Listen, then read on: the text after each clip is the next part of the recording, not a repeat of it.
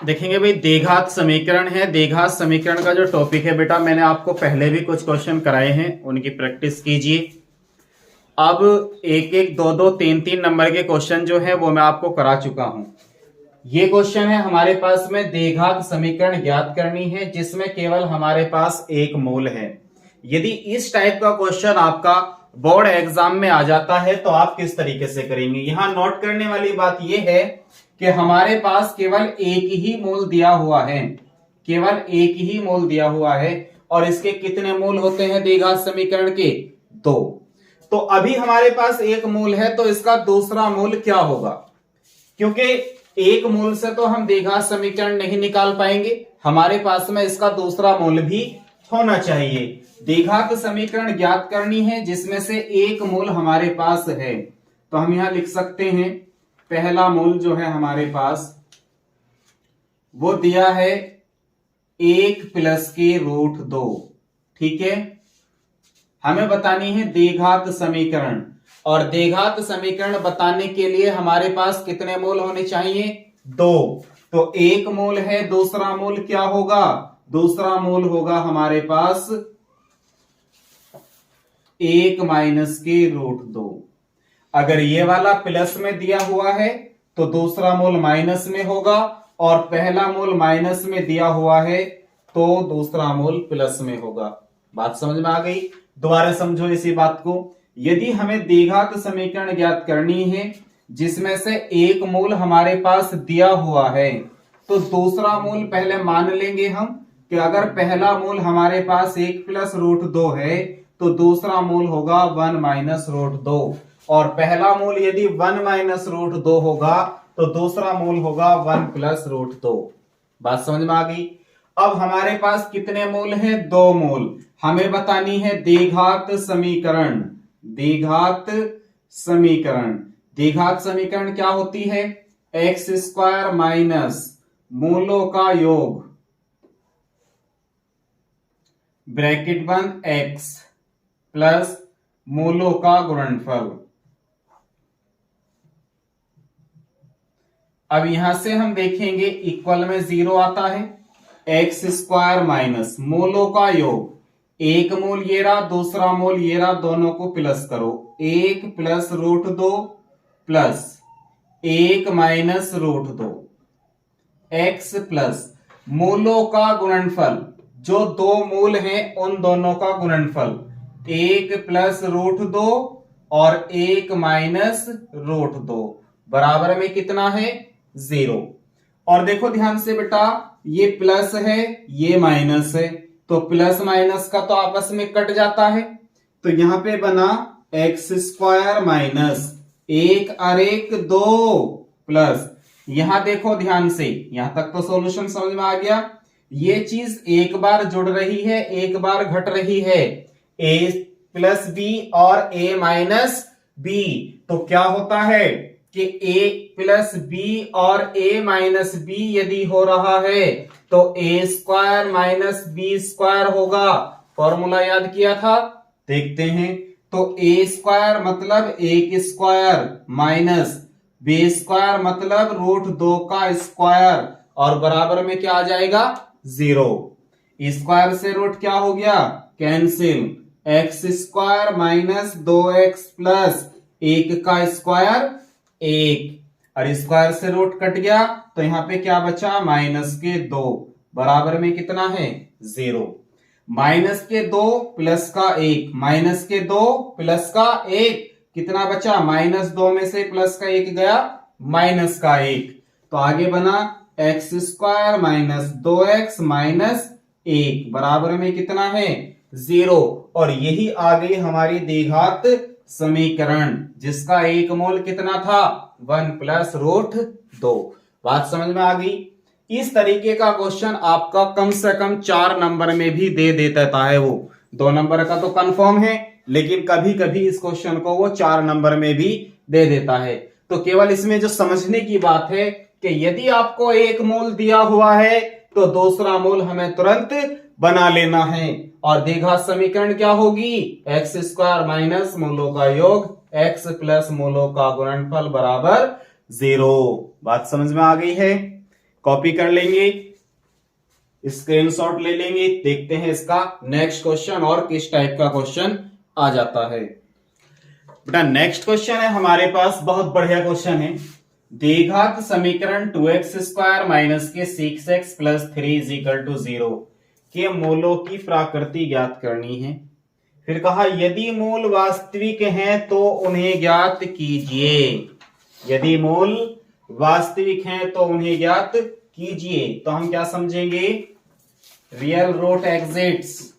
Equation है हमारे पास 2x square minus 6x plus 3 is equal to 0। पहले हम चेक करेंगे मूलों की प्रकृति कैसी है, उसके बाद यदि मूलों की प्रकृति ज्ञात करने के बाद आता है कि मूल वास्तविक हैं तो हम उन्हें ज्ञात करेंगे, और यदि नहीं आता तो उन्हें ज्ञात नहीं करेंगे। अब बात आती है कि मूलों की प्रकृति ज्ञात करेंगे पहले कि मूल किस तरीके के हैं, मूल वास्तविक हैं, काल्पनिक हैं या समान हैं। तो हम चेक करेंगे। तो इसके लिए पहले कंपेयर करेंगे ax स्क्वायर प्लस के bx plus c is equal to 0 से। तुलना करने पर तुलना करेंगे, a का मान कितना आया हमारे पास 2, b का मान कितना आया हमारे पास माइनस के 6 और c का मान कितना आया हमारे पास 3। अभी हम चेक कर रहे हैं कि मूलों की प्रकृति किस तरह की है, मूल वास्तविक है, काल्पनिक है या समान है। तो यहां पे देखेंगे यदि d विविक्तकर का मान 0 से बड़ा आया तो हम कहेंगे मूल वास्तविक हैं, d का मान 0 से छोटा आया तो हम कहेंगे मूल काल्पनिक हैं, और यदि d का मान बराबर आया 0 के तो हम कहेंगे मूल समान हैं। और d क्या होगा उसे यहां देखेंगे, क्योंकि d बराबर विविक्त कर होता है बेटा, ये हिंदी में विविक्त कर, d बराबर b स्क्वायर माइनस 4ac। इससे चेक की जाती है कि मूलों की प्रकृति किस तरीके की है।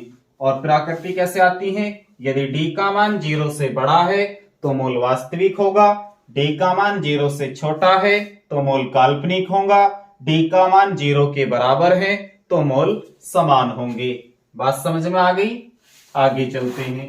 तो यहां चेक करेंगे d का मान कितना आता है, b स्क्वायर, b का मान माइनस के 6, a का मान हमारे पास 2, c का मान हमारे पास 3, 6 का स्क्वायर 6 छंग 36, 4 दूनी 8, 8 तिया 24, 6 में से 4 गए 2 और 3 में से 2 गया 1।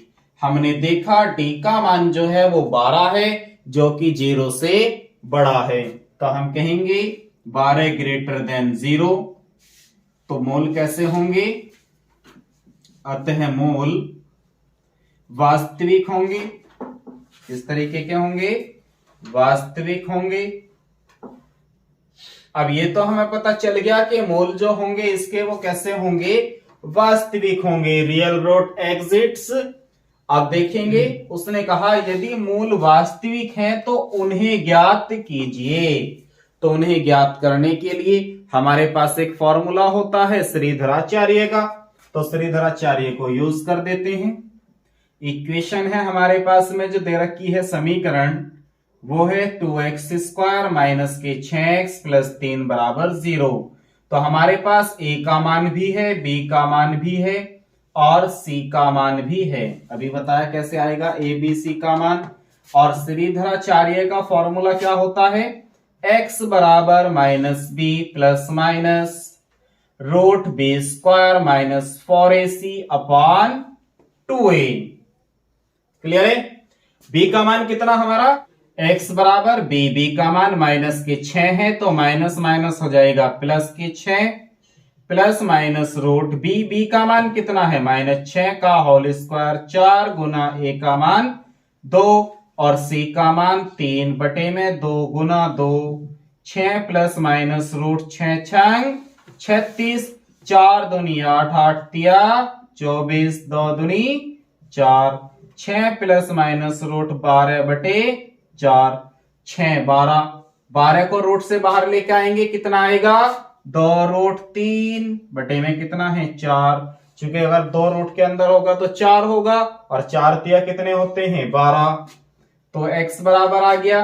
आगे देखते हैं, x बराबर ऊपर से 2 ले लेते हैं कॉमन, ऊपर से 2 कॉमन लेंगे, कितना बना 2 तिया 6, रूट कितना है 3 बटे में कितना है 4, 2 दूनी 4, x बराबर 3 प्लस माइनस रूट 3 बटे 2, यही क्या आ गया आंसर।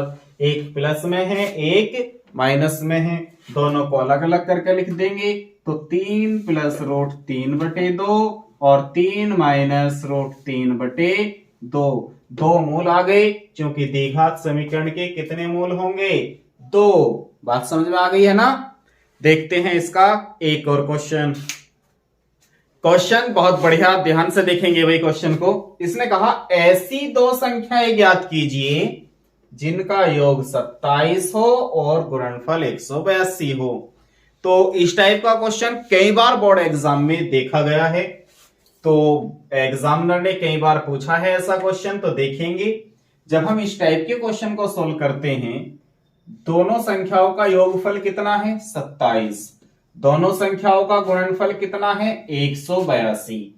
तो हम ऐसा करेंगे, इसे मान लेंगे, माना जो हमारी पहली संख्या है, पहली संख्या जो है वो x है। अब एक बात बताओ, यदि किन्हीं 2 संख्याओं का योग 10 है और मैं कहूं इसमें से एक संख्या 3 है, तो दूसरी संख्या क्या होगी, आप कहोगे 7। तो कैसे पता चला, यह पता ऐसे चला कि जब हमारे पास दोनों संख्याओं का योग दे रखा हो और किसी एक संख्या का हमें पता हो, तो योग वाली संख्या में से उस संख्या को माइनस कर दो। तो 10 में से 7 गए, कितने बचे, सॉरी 10 में से 3 गए, कितने बचे 7, कितने बचे 7। तो सेम टू सेम ऐसे ही समझो कि दोनों संख्याओं का योग कितना है 27, क्योंकि दोनों संख्याओं का योग जो है वो 27 है, इसलिए दूसरी संख्या क्या होगी भाई, दूसरी संख्या क्या होगी, बिल्कुल 27 माइनस एक्स।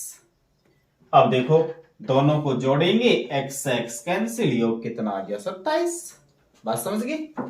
फिर कहा इसने प्रश्नानुसार, प्रश्नानुसार कि दोनों संख्याओं का गुणनफल, दोनों संख्याओं का गुणनफल जब हम इन दोनों की गुना करेंगे कितना है 182। तो दोनों संख्याओं की गुना कर दो, बराबर 182। x की 27 में करेंगे 27x, x की x में करेंगे x स्क्वायर, बराबर 182। इन्हें दोनों को उधर लेके जाओ, इधर बचा 0, x स्क्वायर इधर गया प्लस में, 27 इधर गया माइनस में, प्लस में कितना है 182। तो हमारी समीकरण बनी x square minus 27x plus 182 बराबर के 0। इसे हल करना आसान है, कैसे भाई 182 के ऐसे 2 गुणनखंड कर लेते हैं जिन्हें प्लस करके कितना आता हो 27। तो ऐसे 2 गुणनखंड क्या होंगे 14 और 13, 14 और 13 की गुना करेंगे कितना आएगा 182, 14 और 13 को प्लस करेंगे कितना आएगा 27। तो हम कहेंगे x square minus 14 plus 13x plus 182 बराबर 0। इधर देखते हैं x के इंटू करेंगे तो x square minus 14x minus plus minus 13x plus में कितना 182 बराबर में 0। तो यहां से कितना कॉमन आया x, क्या बचा x माइनस 14, माइनस यहां से कितना कॉमन आया 13, क्या बचा x माइनस 14 बराबर में कितना है 0। दोनों में से कितना कॉमन आ गया x माइनस के 14, हमारे पास बचा x माइनस 13 बराबर में कितना है 0। यदि करेंगे, यदि x माइनस 14 बराबर 0 हो तो x का मान कितना होगा 14। यदि x माइनस 13 बराबर 0 हो तो x बराबर कितना होगा 13। तो यहां से x का मान हमारे पास में 14 और x का मान हमारे पास 13 प्राप्त हो जाता है। उसने कहा माना पहली संख्या x है तो x का मान कितना आया 14। अब हम कहेंगे कि यदि पहली संख्या 14 है तो दूसरी संख्या क्या होगी, दूसरी संख्या होगी जी 27 माइनस 14 यानी के 13। क्लियर है। फिर कह सकते हैं हम कि यदि हमारी पहली संख्या जो है, पहली संख्या 13 है तो दूसरी संख्या होगी 27 माइनस 13 यानी के 14। क्लियर है। अगर पहली संख्या 14 है तो दूसरी संख्या 13 है, यदि फर्स्ट संख्या 13 है तो दूसरी संख्या 14 है। क्वेश्चन अच्छे से समझ गए होंगे, कॉपी कर लेंगे सभी, कोई डाउट तो नहीं है।